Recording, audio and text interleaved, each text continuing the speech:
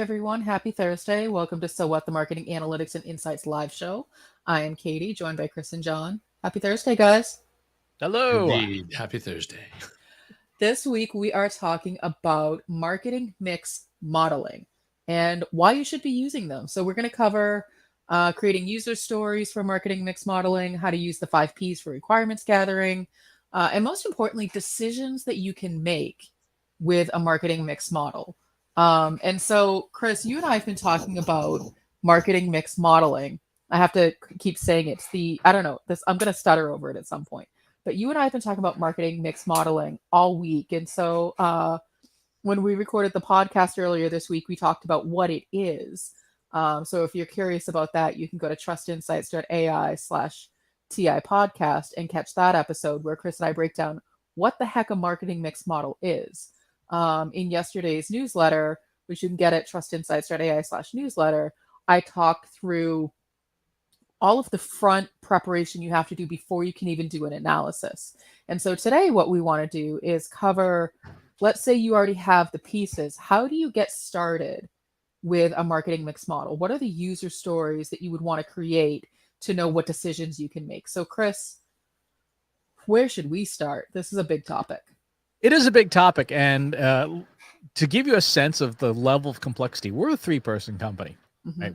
We're not a huge company, and yet it took me 2.5 days to pull together the data for a marketing mix model. About a day to write the code necessary to format it to be compatible with each other, and then literally just before the show is rolling, finishing up the code and running it so that we actually have a model to show on the air. But the biggest challenges really are around those 5 Ps, because you've got to have your purpose, which is the user story, right? What decisions do you want to make with this thing? Most of the time, people will use them to make decisions about what should we do less of, what should we do more of, what should we spend more on, what should we spend less on. And we'll talk about that, because in the data, it actually does tell you very clearly what things impact the outcome you care about. Then obviously with any kind of model, there's the people side of things, which is who's going to do the thing. It may be someone in-house if you have your own data science team that can put it together. It may be a vendor.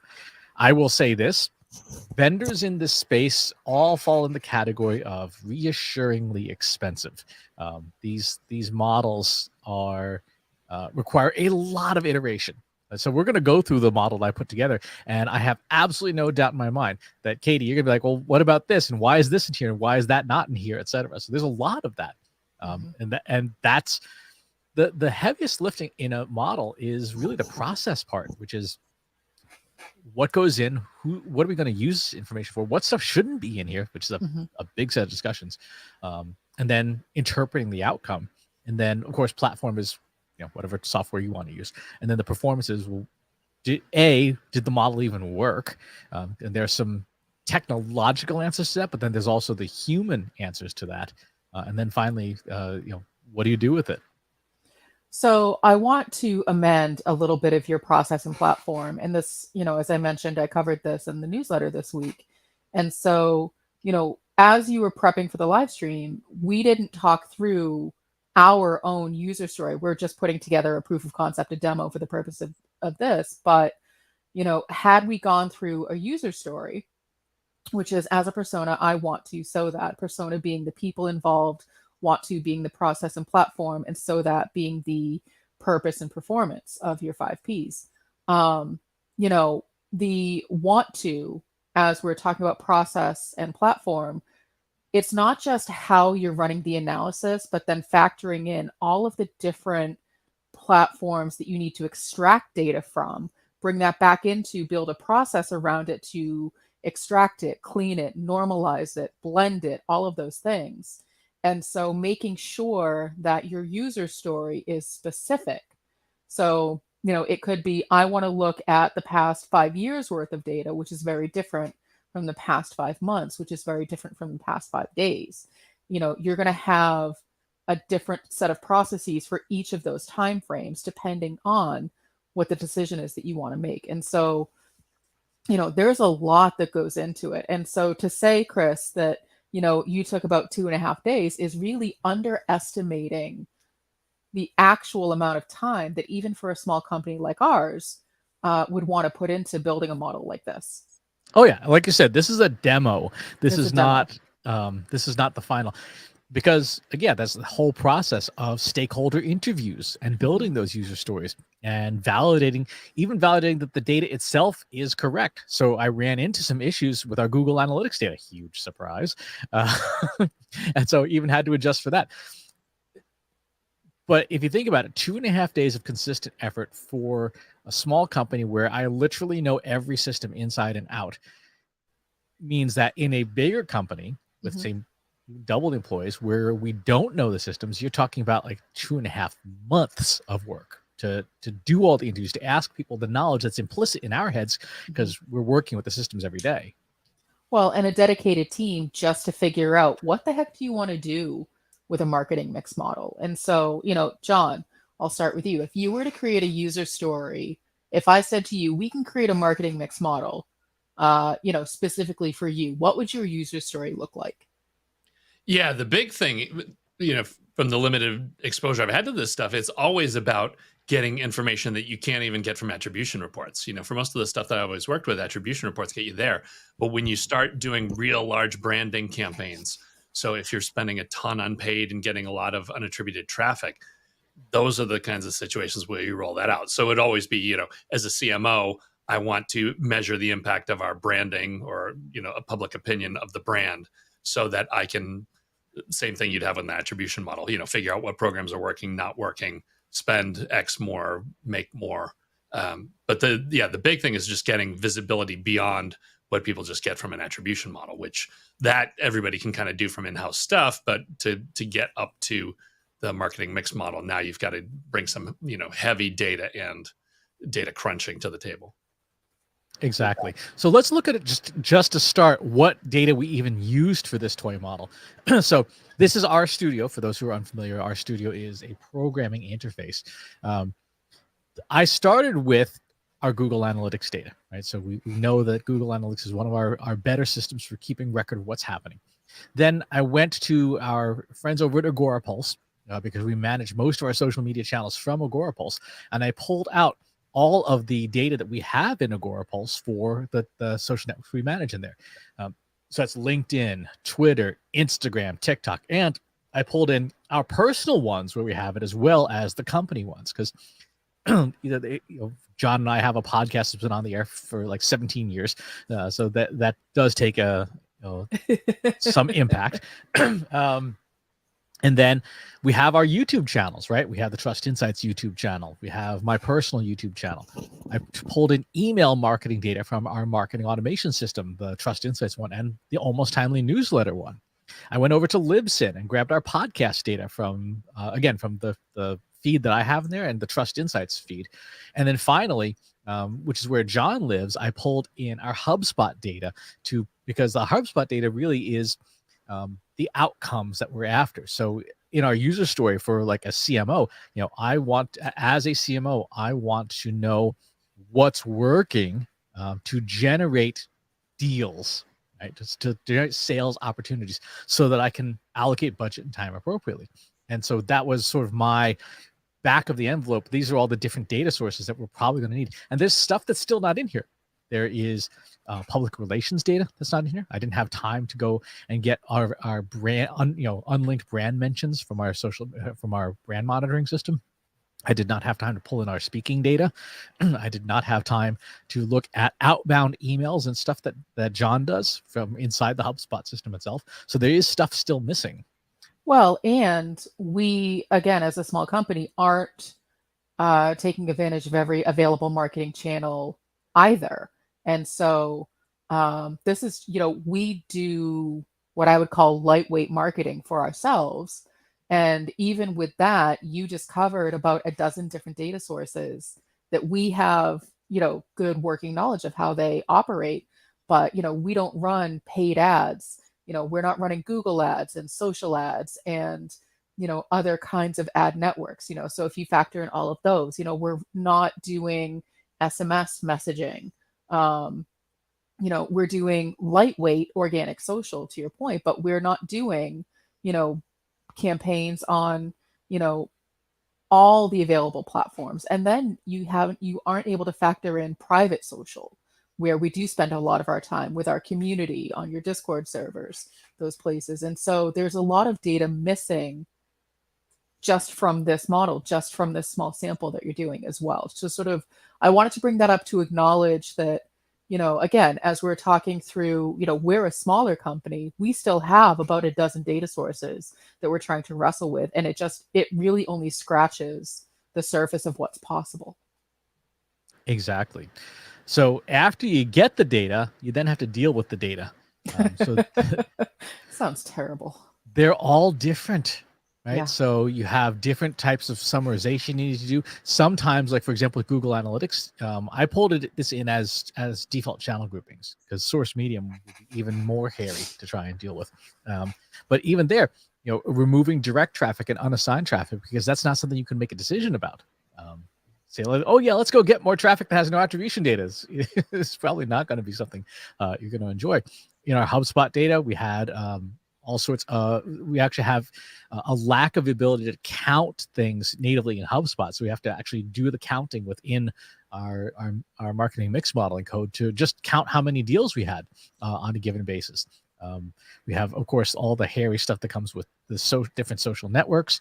And then with our email marketing data, that comes in. So again, there's no simple counter in our email system. So we had to go into the back end database of our email marketing system and export a couple of very large tables just to summarize them for this, which again is a fairly heavy lift. And then of course our podcast data. So that's kind of, we're still early in the process part of the 5 Ps.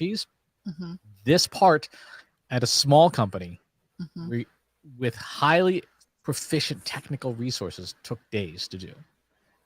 It reminds me at a very basic level, when I was trying to look at more than one data source, like in an Excel spreadsheet, for example, just even the way that the date stamp comes out or how it's broken down, because now we're talking about feature engineering of, some of these come in, hourly data, and some of them come in daily data, and some of them come in weekly data.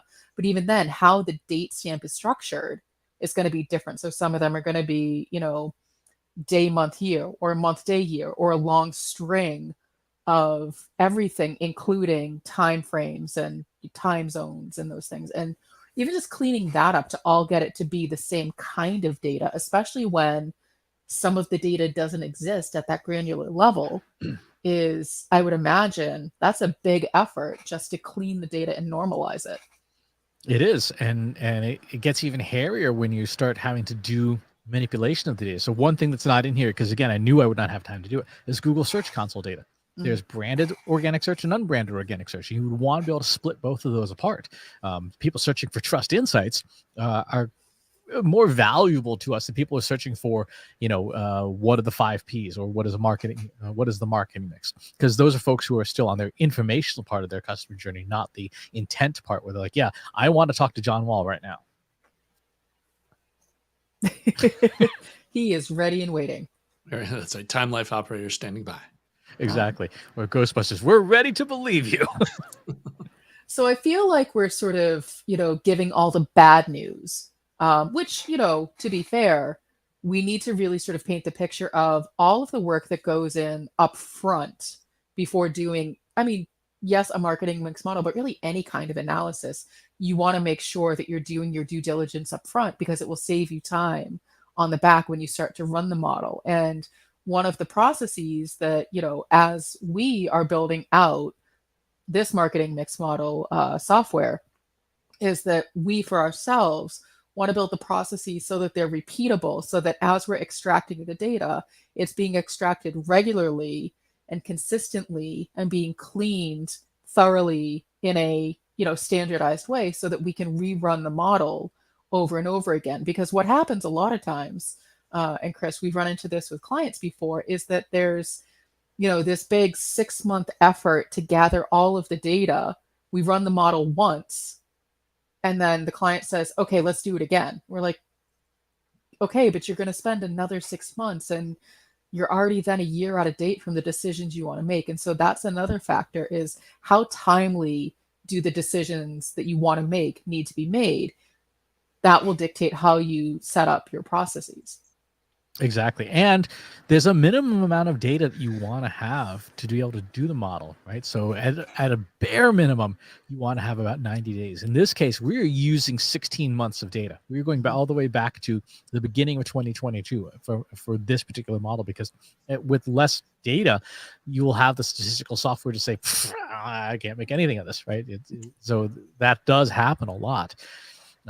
So after you get the data from every data source, clean it up and get it into a standard format, you then have to glue it all together, which is what this long section of code here does. And then you actually get to the modeling part. So here's where you can get into philosophical differences about what kind of marketing mix model you want to build based on the type of regression. So for those who skipped stats or slept through it or just failed it like I did, which was embarrassing. I also failed it. Yeah. Thank goodness for grading on a curve. I'm the stats guru here. This is ridiculous. Wow, John. Well, I know we're gonna do John, some role switching now. Exactly, John. So would you explain to the crowd what regression analysis is? Regression analysis is when you take a huge pile of data and you try and prove that there's some kind of correlation within the data. Like there's a reason why it's going in a certain direction. Right. And there's 15 or 16 different types of regression analysis, right? There's linear, there's logistic, there's lasso, gradient descent. There is gradient boosting regression, stochastic regression, support vector machines. So there's so many different choices. And a big part of marketing mix modeling is deciding what kind of regression you should use for the data. And this is where it helps to have a statistical background and a machine learning background to know which one to pick. It's kind of like picking an appliance in your kitchen. Like there's a bunch of them. They're all good, but yeah, I would not suggest putting your steak in the blender. Well, and this goes back to starting with a user story, because knowing the different elements of what it is you are trying to understand and the decisions that you need to be able to make is going to help you choose the right kind of model that you're going to run. Because to your point, Chris, I would imagine a linear model and a logistical model and a gradient boost model, or you're going to get 3 different sets of responses. And it really comes down to what is the decision you're trying to make by running this model. And therefore, that's the kind of model we should be running. And we have to take into account the nature of marketing data itself. That's a big part. So a standard linear regression model, which is just a literal linear regression, doesn't look at the individual variables and say, hey, this one doesn't really matter. Right? Like you've got, a number of tweets with poop emojis on Tuesdays as a variable in here. And just statistically, like, okay, this doesn't make any sense. So part of the modeling process is looking at the data set and saying, what does it look like? So just for this little toy model, we are at 107 different variables and 458 rows of data. So 458 days of data with 107 different variables from all these different sources. So in terms of regression, that sort of hints at which models you should be looking at. So in our case, the 2 best choices would be ridge regression or lasso regression. Ridge regression tries to deal with overfitting on lots of variables. So it's good for high dimensionality, which means very wide tables. Lasso regression does the same thing, but also allows sort of a tilting in the regression model to knock out variables that don't matter. So it does sort of a reduction of irrelevant stuff for you. And that really helps to make things work better. So John, as our resident statistician, does that all check out? Well, no, I was going to ask, that's actually a great question, because, back when I was doing, these models, it was a matter of you run one and then you run a second and maybe you run 4 or 5. And then you actually just have to gut it out by hand, like go back and look and see which ones match reality. But I imagine it's got to be ours powerful enough now that you can just run all the models, right? And see the output. I mean, how do you actually discern which one is closer to the mark to what you're looking for? There are automated suites like H2O that can do an ensemble. And in fact, for a bigger project where we didn't maybe know the data as well, you'd want to use probably an ensemble of models to get to an answer. So we've done this with a couple of our clients in the past where we've built a model ensemble. Usually it was a combination of lasso regression up front to weed out less important variables, and then gradient boosting to amplify the values of the remaining variables to give it more statistical oomph, if you will. For us, for this toy model, I stuck just with lasso regression because, again, it's a very wide table. It's not a very long table, and lasso regression is really well suited for that. Question on this, because as you're describing, and John, you're mentioning like you would just keep running the different models until you get something that matches reality. I guess I have a couple of questions there. So what if, especially as you get into enterprise size companies, you don't know what reality is, and that's one of the reasons why you're doing this analysis. But also, if you aren't sure or don't understand the different kinds of models and you just kind of start picking and choosing, do you run the risk of using the wrong model to answer the question? Because I don't know, the data kind of looks good. It makes me look great. It might not be reality, but I'm a shining star if I use this model over here. Is that a risk? Which again speaks to why people should have a John Wall in their team, who's a statistical superstar.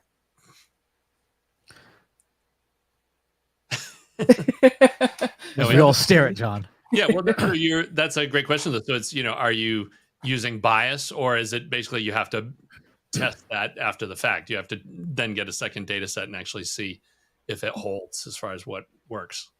Yeah, I think that's a really good point. Sort of running it against something that is mostly known and then using the same kind of model against something that's less known. Yeah, and there are statistical methods. There's technical methods for determining which model performs best, and we'll talk about that because we'll talk to the validation part in a little while. But one of the things that's challenging here, you'll notice on line 330, is just this agreeing what the outcome is, right? So in this case, I said the outcome that we care about is the number of deals in our HubSpot instance. If you're doing a marketing mix model, this is you're probably going to be looking at deals, or you're going to be looking at sales qualified leads, particularly in B2B, because a marketer who does their job should be delivering leads to sales, and those leads should be good quality leads, right? So a sales qualified lead where sales has said, yep, we agree this lead is good. That's really where your responsibility ends as a marketer. What happens after that is up to sales, right? Sales has got to get the deal. They've got to agree on a deal size. They've got to agree on a closing date. They've got to be able to close the deal. Marketing really has very little impact, particularly for B2B after that point. So even when you're building a model, you have to agree on, well, what is the outcome that we are responsible for that we want to model against? Because I had the opportunity to use deal amount, but from a marketing perspective, that's not really something we have much control over. Well, and this goes back to having one, or I would advise multiple user stories, because the last part of the sentence, that is the outcome. And that's really going to help you understand when you start to get into developing this model, what it is, the outcome. So there's the outcome that you want overall. And then more specifically, there's the outcome that you want from the model that's going to help you understand what's in the user story. So, we keep talking about, Chris, how we're a small business. And so, in B2B, yes, marketing sort of has that cutoff point and then they hand it to sales. But for us, we are all of the things. And so we would want to know, maybe deal amount or, more of the financial side of things, because we are doing the marketing and the sales and the finance and the operations. Exactly. So what's happening here? First things, we do some more cleaning. We remove columns that are empty because that's silly to have them. We remove models that are constant, right? If John Wall has the same number of followers for the entire period, that offers no predictive power. It just kind of screws things up. So we get rid of that. Then we do 4 cleaning steps. So we have to remove zero values, right? Because again, something at the zero has no predictive power. We remove highly correlated variables. And this is important because in almost all forms of regression, variables that are highly correlated just screw up your predictive power, right? If the number of clicks on emails and the amount of email traffic that arrives at your website through GA they're probably going to be almost perfectly correlated. You don't need both of those variables. You just need to pick one, and the software will pick the one that has more relevance. You also want to get rid of linear combinations. So these are variables that are essentially almost identical, and you want to then normalize your variables. So that means centering and scaling them. All this, back in the day, you would have had to do by hand. Thank goodness you don't have to do that anymore. But normalization is an important step because it makes things apples to apples that otherwise would not be. So the number of likes I have on my tweets versus the number of likes maybe John has on his tweets proportionally might be the same, but in absolute terms, it's going to be very different because I just have a large Twitter account. So we want to normalize that to make it apples to apples for comparison across all of these columns in the table. I'm just the data cleaning part of it is exhausting, but so necessary because, let's say you have anomalies in your data and you didn't bother to clean it. You're going to break the model every single time and not know why. And, depending on how you're running this, if you're using an agency or a very expensive piece of software, it could be a huge waste of money. And that's why we keep going back to using the 5P structure to really make sure that you are gathering the requirements, but specifically focusing on your processes to really understand, am I even ready to run the model? And, until you do that cleaning, you are absolutely not ready. I like broken models better than I like models that appear to be good, but in fact are not. Yep. Like bad enough, like slightly rotten data is worse than broken data. Because slightly rotten data you'll make decisions with, like it looks okay, like it's like you sniff the milk and you're like, it smells okay at the first glance, and you pour it out in some chunks, like I guess it wasn't okay. Yeah, that's. I think maybe a better example here is when Chris and I were doing monthly reports earlier this week, we were looking at Google Analytics data and specifically Google Analytics 4. And we kept coming up with different numbers depending on how we were looking at it. And at the end of the day, it was all roughly the same, but not exactly the same. And so that's sort of where Chris is talking about the slightly rotten data that could have a big impact on the overall decisions versus data that's flat out broken. Right.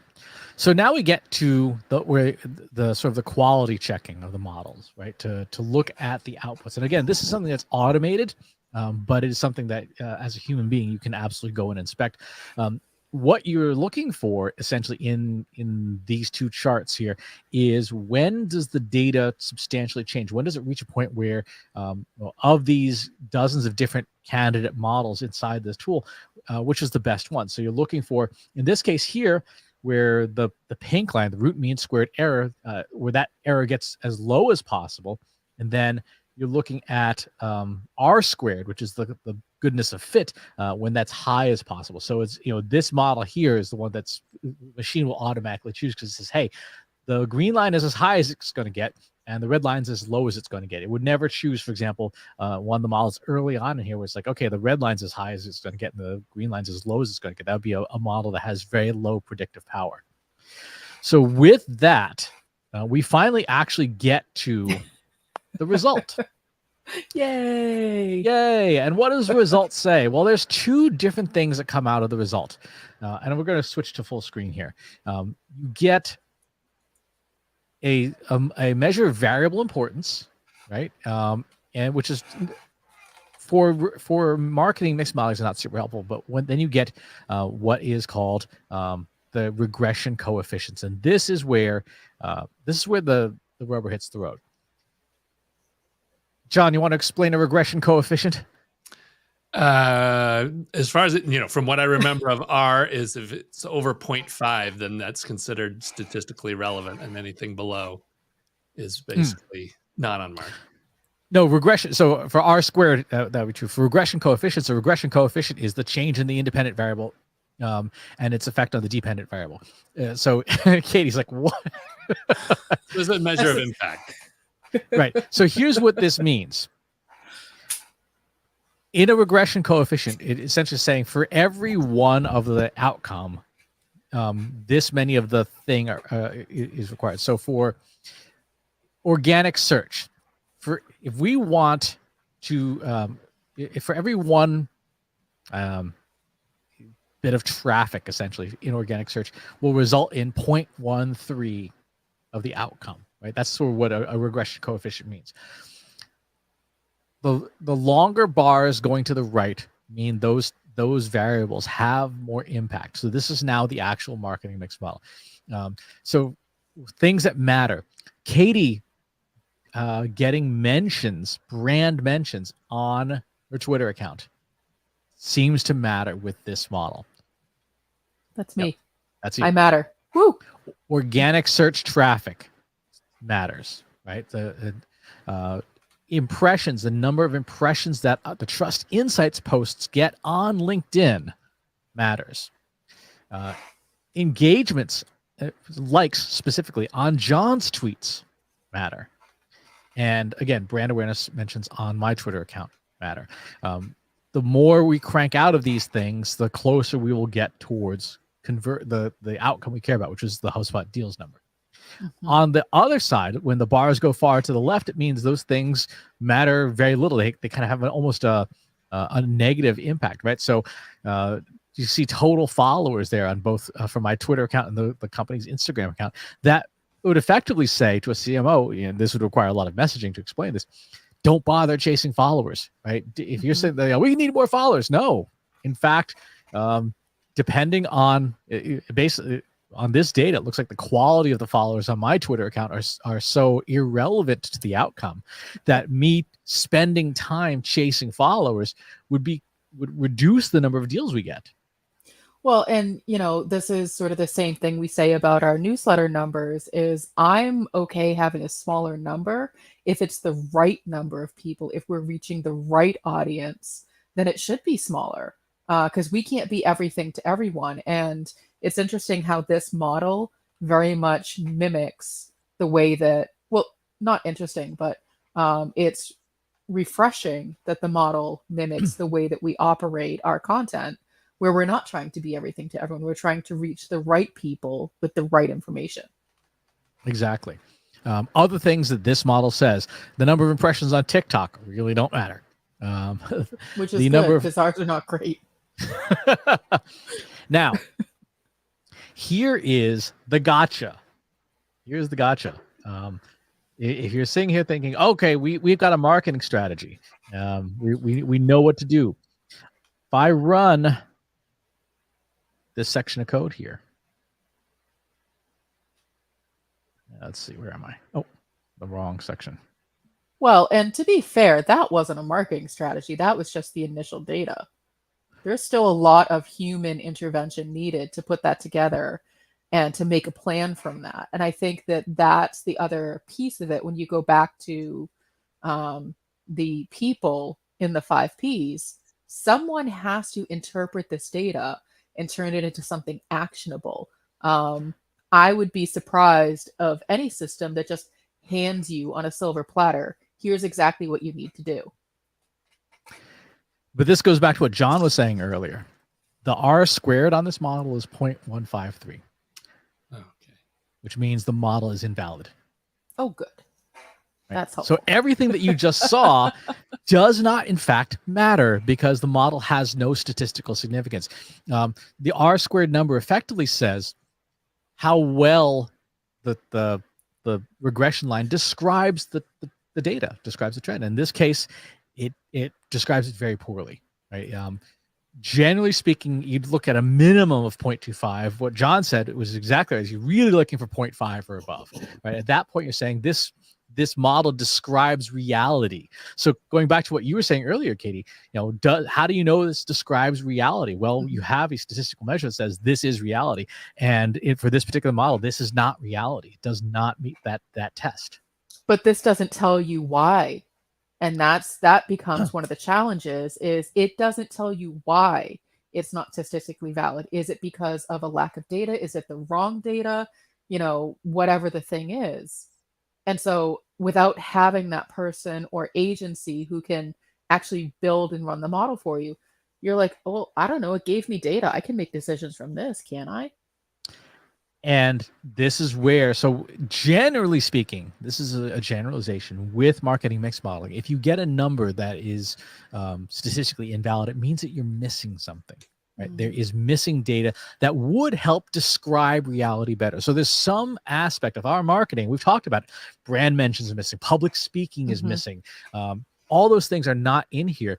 So what is in here, you can make a model, but it does not, it's missing those key ingredients. It's like you bake a cake, you taste it, like, okay, it looks like a cake, but it has no flavor. Like, oh, because there was no salt, no sugar, anything in the recipe. Like those key things are missing, and yet it looks like a cake. You can put frosting on it, but it's not it's not cake. That's what's happened here. So we know now, looking at this based on that error message or that error metric, this isn't reality. So if you saw this and then you saw the R² number, would you say, no, we can't make decisions based on this data because it is not statistically valid? That's right. I would say this does not describe reality, right? Okay. So making decisions based on this would be a poor choice. Here's the problem. There are a lot of companies that offer a lot of software for marketing mix modeling. None of them tell you the statistical stuff happening on the back end. So when it presents the answer, you don't know if that actually is the answer or not, right? Because unless you say, show me the RMSE and the R² for this model, and I can then judge for myself, how good is this, right? How accurate is it? But a lot of software packages, a lot of SaaS software packages will say, here's the answer, and that's it. And you're like, okay. And then and no one says, well, is it right? Well, and the other piece of data, the huge piece of data that's missing is any kind of costs from our side, our time, like timesheets, expenses, those kinds of things. And with a marketing mix model, that's really, if you're looking for where should I spend more time, where should I spend less time, where should I tune up and down budgets, you want to have that data included. And so you're going to have to look in your time tracking systems. You're going to have to look in your HR systems. You're going to have to look in your ad systems and other soft dollar costs too. And so that is not included here. Now, as we said, sort of in, here's what we're covering, let's just say for the sake of argument that analysis that you showed was statistically valid. What kinds of decisions, I mean, I can sort of rattle some off, but I want to ask both of you, what kinds of decisions would you start to make, assuming that this data was the correct data? Yeah, with that, you just march down from the top, right? Or you can go from the bottom. But the big one was, look at the first three there that seem to be exponentially better than everything else that's out there, and just increase doing those. But like you said, you also layer price on top of that, because you might find out that, hey, the second one, only takes $4 to triple, and the other one, we're not going to get another Super Bowl ad. And then cost can also help you prioritize. And actually, that's the right answer. If you can prioritize this by cost, that's the way to go, because you look at the bottom four too. If pulling the plug on any of those is going to make a huge difference in your budget, that could make, a world of difference in the stuff that actually works for you. Exactly. So John nailed it. There's three actions you take. You do more of what's at the top, assuming that the costs work out. Do less of what's at the bottom, and what's in the middle. That's kind of an iffy middle ground. And by the way, this chart is truncated. This table is 107 items long. There's a whole bunch of metrics in the middle that don't seem to move the needle either way. They're not reducing performance, but they're not boosting performance. So those are the ones you look at and go, are we doing that wrong? Right? Are we doing something wrong there that maybe the channel's valid and we're just not good at that, right? Maybe we're just not good at TikTok. I can't dance. And so those are sort of the three big things you get from a marketing mix model. What should we do more of? What should we do less of? And then what has potential, but maybe we're not approaching it the right way. No, and that makes sense. And so, hypothetically, if we were focusing a lot on getting net new followers to our social media accounts, that would be the first thing to get cut of, all right, we have a team of people who are, trying to get followers and spending time on these, influencer programs, trying to figure out who to follow and who's going to follow back, and creating a lot of social posts of like, if you follow me, I'll follow you, whatever the thing is. That would be the first thing to be like, okay, great, knock it off, because that's not helping us at all. So let's reallocate those resources into something more useful that is bringing us closer to that higher deal count, which, as we go back to the user story, John, that you were sort of giving, and Chris, that you played out through the analysis, that's really what it comes down to, is what are we doing that's going to bring us to that higher deal count, that bigger revenue number, that more, qualified leads in the pipe that someone like John can go chase and close the contracts on. That's really what this, for at least for us, is all about. And so making sure we're not losing sight of that overall user story of, as a CMO, I want to understand, my digital marketing so that I know what to do more of, do less of, to get bigger deal counts. Yep. The other thing that's really important in here is, if you look at those data sources, right? Those data sources are all over the map. We talked about that at the beginning of the show. One of the things that, and then John hit the nail on the head with this, that's powerful about these models is that they can accommodate a lot more than digital marketing attribution models can, right? If you've got a billboard on 995 and you have traffic, you have up eastbound traffic or northbound traffic on that can go in here. Right. So here's the number of impressions for that billboard. And then you have your billboard cost per day. That can go in here too. If you have radio spots on terrestrial radio and when that's being played, you can incorporate that and build what's called an ad stock model for those impressions on radio, where impressions are run through a time decay. So like after a certain number of impressions, they lose their impact. If you have a TV ad, so everything and anything that you can get data for can go into a marketing mix model. And as we found out with our model, there's some things that are based on the statistical invalidity of this. We're missing stuff. We're missing stuff that needs to be in here just to even make the model valid. That's why these projects take so long, right? So for Trust Insights, yes, we slapped this together very haphazardly to create a statistically invalid model in 2 days. Like, no one's going to say, oh, well, I would like that, right? To do this well would require us to now iterate and say, okay, well, what other data do we need? What data, are there additional screening factors of stuff we need to take out of here? And this little, even just for us, again, as that 3-person company, this could take a good month, maybe 2, of seeing what's the big blind spot in this model that it makes it statistically invalid. And that's why, A, marketing mix modeling takes so long, and B, why it costs so much. Well, and making sure that you are not skipping over any part of the requirements gathering. And, we've talked about this in other episodes and pieces of content. It's the part that is skipped over because for a lot of people, it's the boring part. They just want to get to the doing. But hopefully we've demonstrated why requirements gathering is so essential, especially as you're dealing with multiple data sources and the way in which those data sources are brought into, one central database. It's going to be a mess. But with that, if you want help, you can contact our resident statistician, John Wall, and he can tell you exactly how Trust Insights can help you put those pieces together. So John, any stats facts that you want to leave us with before we close out this episode? Yeah, I'm going to be doing a webinar on pre-internet statistics. We'll be talking about how to use a slide rule and the TI-35 if you're cutting edge. So we're going to get right to the heart of that. That's perfect. I love it. How to do your marketing mix model after an EMP. Yeah, on paper. Get a big eraser. Graph paper for everyone. Oh, We're ready. Love it. I would show up for that. This is where we need the goodbye dummy part of the show. All right.